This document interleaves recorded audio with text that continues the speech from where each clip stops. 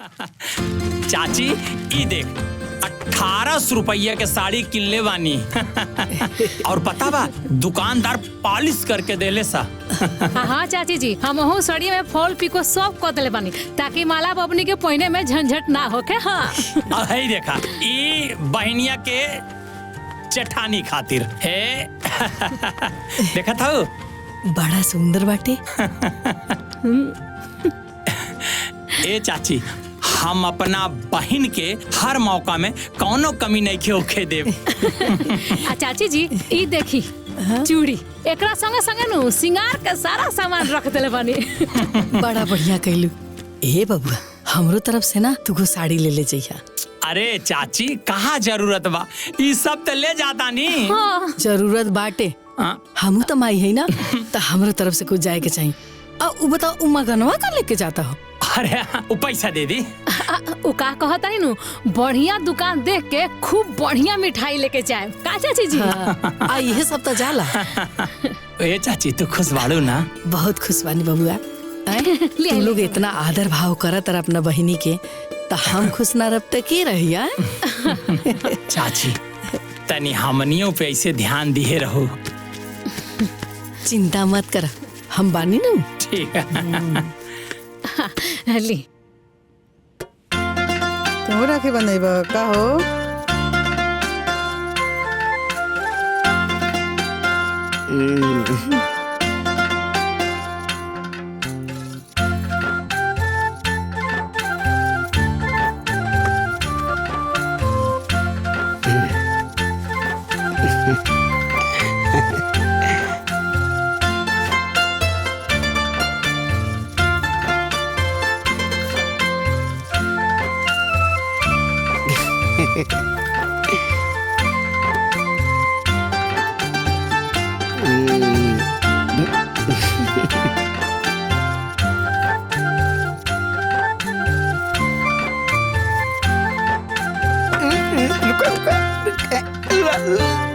पहले तू।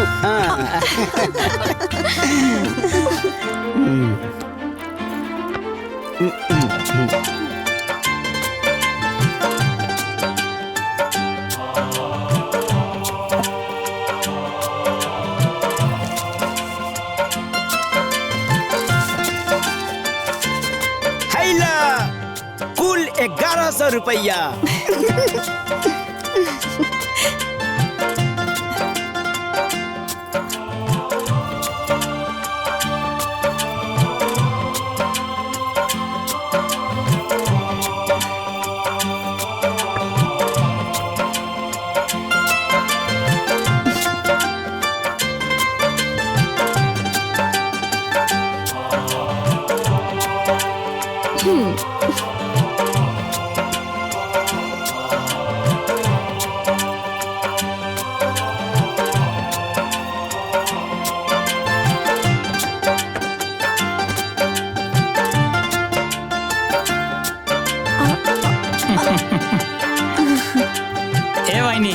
सबके दिखा दा डबल नेग के साड़ी ले आइल बानी। अरे एमे दिखावे के का बात बा भैया, सबके पता बा कि हमार छगन भैया के जवाबे नहीं खे। हमर आपके भी कोनो जवाब नहीं। आई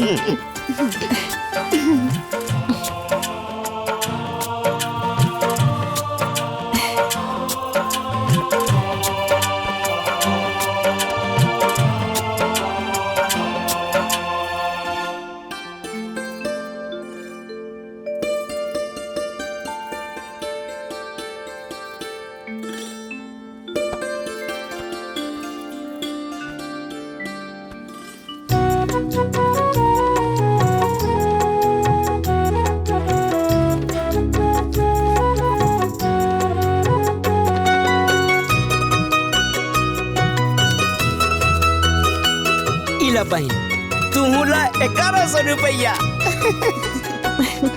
देखी लोग हमार भाई के दिलदारी। अरे भाई के देवही के चाहिए।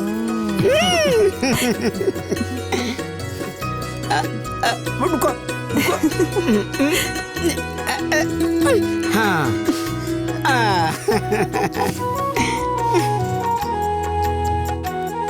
ए बहनी पहले इला डबल जोड़ा के नेक, पहले का रखा फिर राखी बांधा।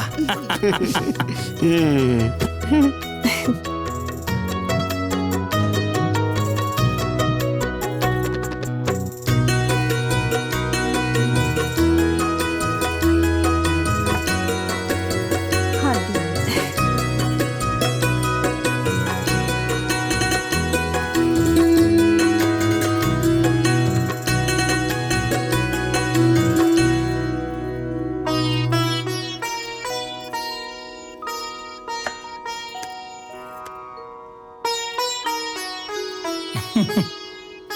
रसगुल्ला खाला।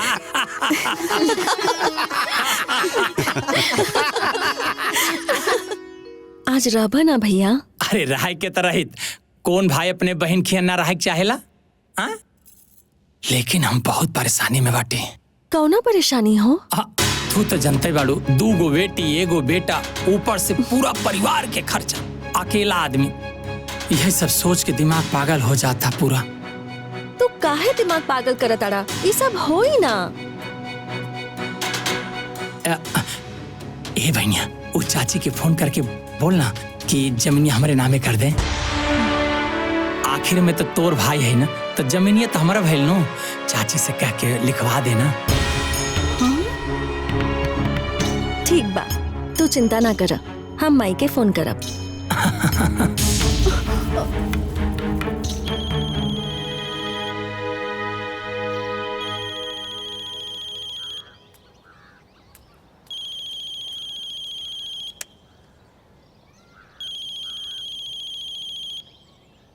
अरे प्रणाम समधिन जी। प्रणाम प्रणाम। बताई समधिन जी, ई कोनो बात भइल? का भइल जी? ई छगन बाबू कितना लालची बाड़े जी। का कइले बजी? अरे रुआ बेटी के कहत रहलन कि अपने माई के फोन करके कह द कि अब तो जमीनिया हमरा नामे कह दे। हमार बड़की पतोहिया अपना काने सुन लसिया। बताई समधिन जी, हमनी के बियाह में 1 रुपया के लेन देन ना कइनी सन, यही उम्मीद पनु। अरे समधिन जी, हम तो दुष्टवा के पहले ही 2 बीघा जमीन लिख देले बानी। तो अब उनका रुआ जमीन पर काग जैसा नजर गड़ावे के चाहिए का? अब रउए बताई समधिन जी कि हमारियों के प्रति रुआ कोनो धर्म फर्ज बा कि ना? ई का कहत नहीं रउआ? अरे रउआ लोग तो हमरा बेटी के बियाह में हमरा से मुंह खोल के कुछ ना मांगली। तो हमरो तो अपन आगवत बचाए के बानू, तो हमरो तो अपन फर्ज निभाए के बानू। दामाद भी तो बेटे बराबर नु होला। अरे हाँ समधिन जी, हम अपना इकलौता दामाद बेटी के कैसे भुला सकतानी? अरे हमर जौन भी धन संपत्ति बा ना, सब ओहिन लोग के बा। अरे ई दुष्टवा के तो हम तो एको बीता ना देहब। आवे दिया ओकरा के, तब हम ओकरा के बतावतनी। प्रणाम प्रणाम।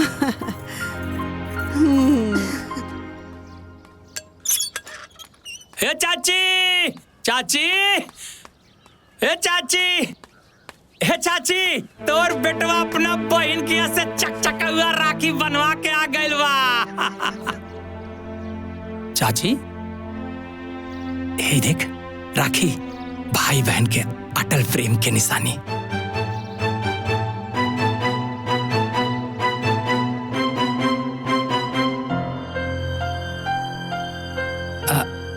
चाची, ओ बहनिया के फोन आयल रहल का?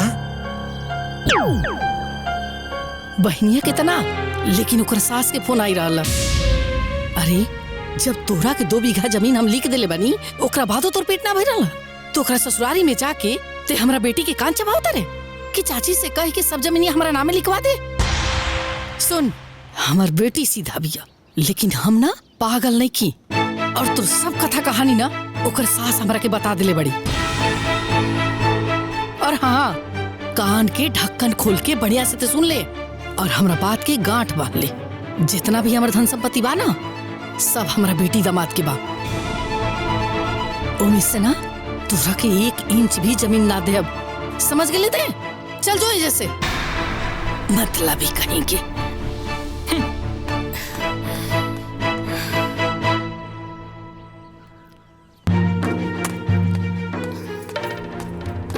का पता। अरे का भइल जी, काहे तमतमाइल बनी?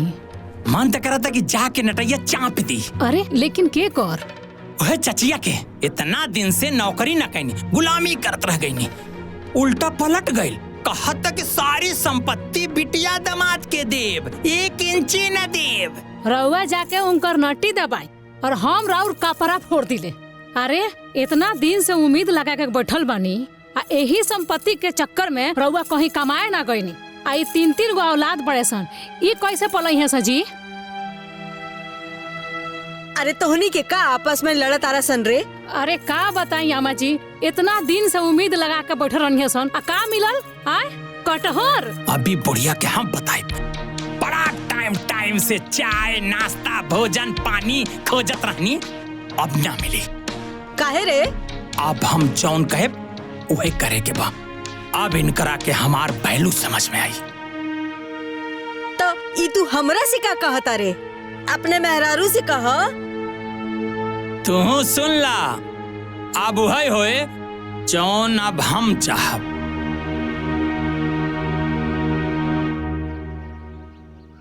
बतावा चाची, इस सरवा छगनवा हमार भाई ह कि दुश्मन? बिना बतौले न जाने कहाँ सबके लेके चल गइल बा। आ फोन करतानी तो उठाओ तो नहीं खे।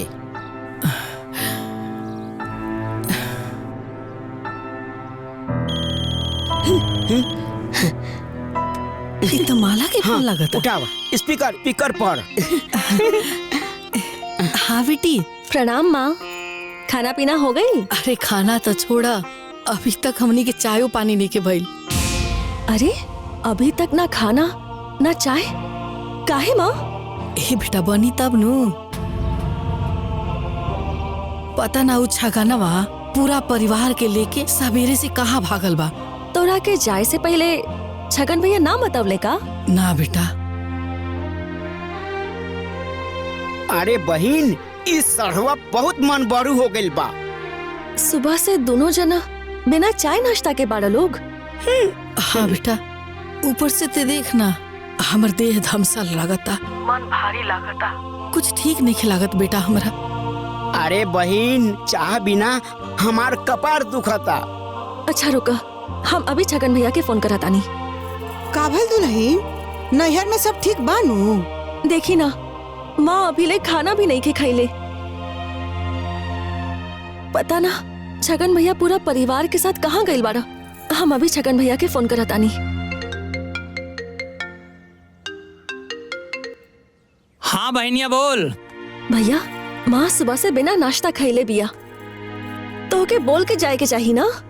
हे बहनिया, हम प्रधानमंत्री तो है ना, हमार प्रोग्राम टीवी पे आई, कब कहाँ जाए के बा। अब इमरजेंसी आ गई ता गई नहीं। ऐसे काहे बोला ताड़ा भैया? तोरा के तो माई के चिंता रहे के चाहिए ना। हे बहनिया, तोरे मैयो के तो हमार चिंता रहे के चाहिए ना। ए लालची स्वार्थी, 2 बीघा घपच गईले तब्बो तोरा शांति ना मिलल। ए माँ जी, तो रउआ का बिना पैसा के वकील बनता नहीं। भाभी, तो के हमरे घर के लोग से ऐसे बतियावे के चाहिए का? ए बाबूनी, तो रउआ माँ जी के रो भैया से ऐसे बतियावे के चाहिए का? ये सब बात छोड़ा, कबले घर पहुंचा ताड़ा लोग?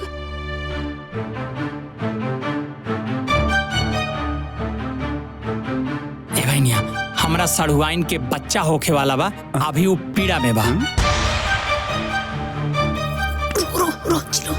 अरे माई रे माई, पेटवा बहुत दुखाता दीदी। जैसे नया समाचार होई, हम थरिया बजा के रसगुल्ला खा के चलाई। तबले माई के खाना पीना के का होई? अब हम का बताई बहन, तू देख ला।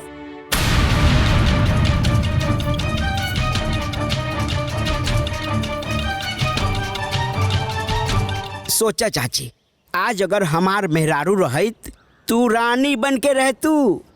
टाइम पर खाना पीना चाय नाश्ता सब मिले, आ साथ साथ खूब सेवा भी होई। दोस्त हमरा साथे साथे तोहरो किस्मत के बा। हो गइल तार भाषण खत्म। सुना, जाके तनी तुलसी जी के पता लेके आवा, काढ़ा बना के पियब। हमर मन ठीक नहीं खिलागत। हाँ पूरे देह में सिहरावन लागता। ठीक बा चाची, हम तुलसी के पता लेके आवतानी।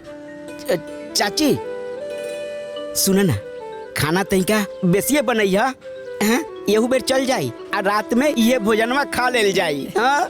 ठीक था।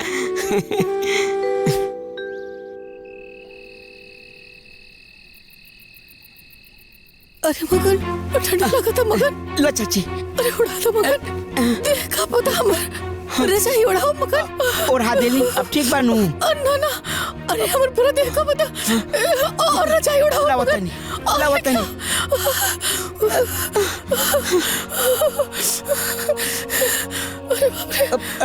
ला चाची, ले आई नी, ले आई नी।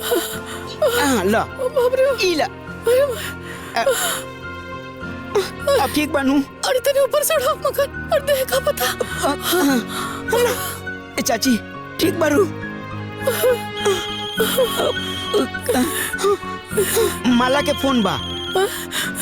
हाँ भाई बोला। आपके खाना पीना हो गइल का? अरे का खाना हो जाई, चाची के तो जड़ैया उखड़ल बा। हम इनका के ओढ़ना ओढ़ावतानी, रजाई ओढ़ावतानी, बाकी तो कांपते बारी। अरे काहे रजाई ओढ़ेला हा? अब हम का बताइए बहन, अचानक उखड़ गइल, हमरा कैसे पता चली? अरे तो बोला ना गर्म पानी पिए के दहिया गरमाई तो बुखारवा उतर जाई। गरम पानी? पूछा घरे कोनो बुखार के दवाई बाकी ना? ना कोनो दवाई नहीं खे। घर में कोनो दवाई नहीं खे, ऊपर से इतना रात हो रहल बा, अब न जाने का होई।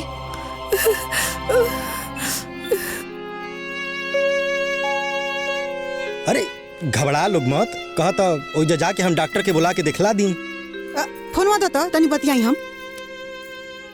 हाँ हाँ ठीक बा ठीक बा। चाची लो बतिया। ए समझी जी कैसन बनी? का बताई जी, अचानक से जड़ैया उखड़ गइल बा। तो कहीं तो इ लोग के भेज दी हम। अरे ना ना समझी जी, कहेला तकलीफ करतनी, हम ठीक हो जाई। देखी रहुआ संकोच करत तनी। अरे दमादो तो बेटे बराबर न होला जी। अरे छोड़ी न रहुआ, चिंता मत करी, धीरे धीरे आराम हो जाए हमारा।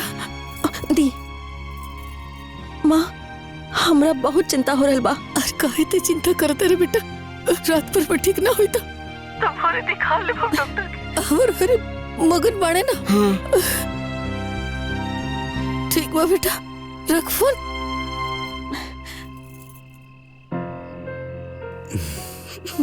माँ जी सब ठीक हो जाए। ए मगन तनी और उड़ाओ मगन ठीक से। अरे ठंडा लगता मगन, तनी ठीक से उड़ाओ। हाँ पूरा ढक था।